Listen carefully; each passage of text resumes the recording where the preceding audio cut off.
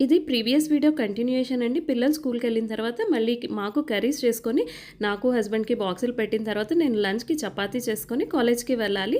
అయితే ఇదంతా ఎందుకు చెప్తున్నానంటే మార్నింగ్ ఒక వీడియో చూసాను. అబ్రాడ్‌లో ఒక ఆవిడ వీడియో పెట్టింది.